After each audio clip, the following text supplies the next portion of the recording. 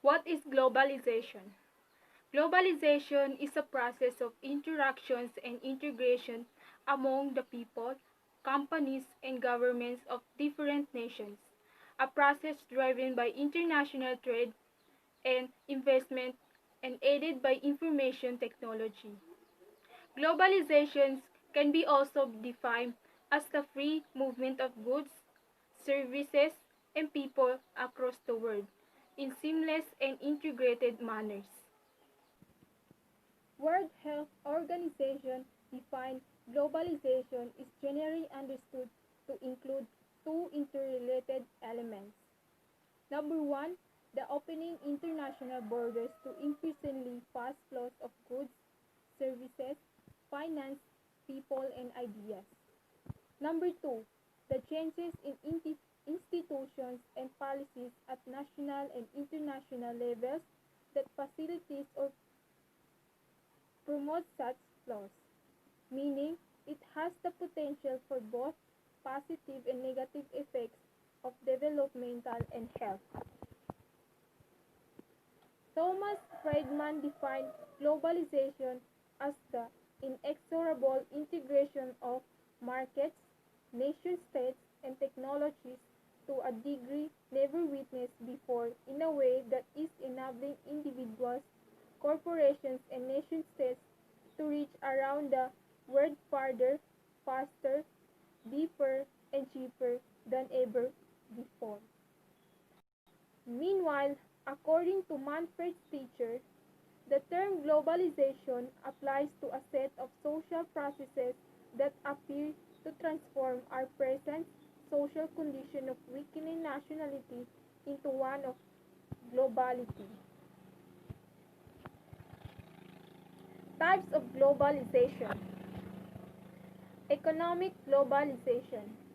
Economic globalization refers to interconnectedness of economies through trade and exchange of resources.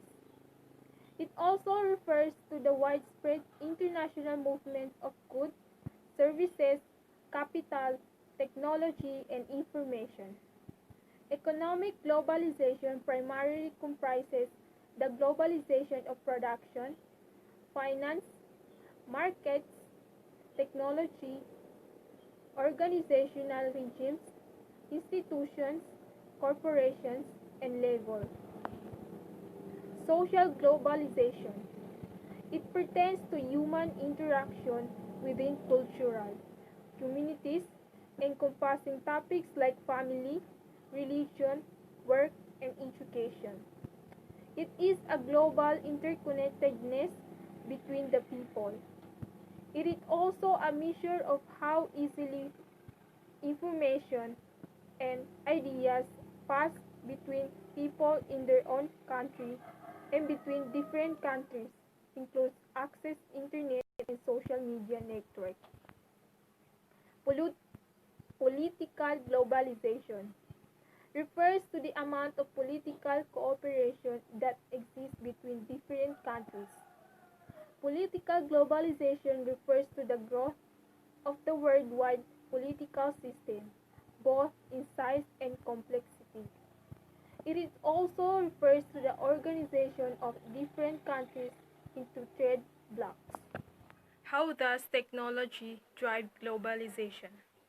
Technological advancement drives globalization by making it easier for people, goods, and ideas to move across borders.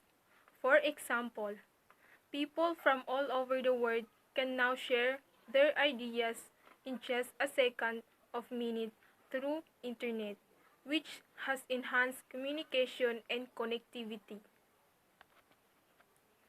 The pros and cons of globalization.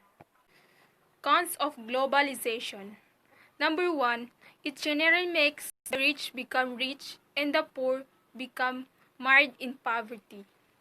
This means the rich can access what they want or need to become richer, but the poor get trapped in poverty because they don't have the means to access success. Number two, jobs get transferred to lower cost areas. Jobs can be created through globalism, but they tend to be created in the area where labor costs are the cheapest. Number 3. Globalism creates a culture of fear. Even if jobs aren't exported to cheaper areas of the planet, business owners can hold the threat of doing so over heads of their current workers to gain salary concessions. The pros of globalization. Number 1. It encourages free trade. Without borders in place, consumers can purchase items from anywhere in the world at a reduced cost. There would be fewer barriers in place, like tariffs, sales, taxes, or subsidies, because there wouldn't be nations in place that could add restrictions. Number 2. More trade means the potential for more jobs. When there are fewer barriers in place to purchase items, then consumers will generally purchase more things.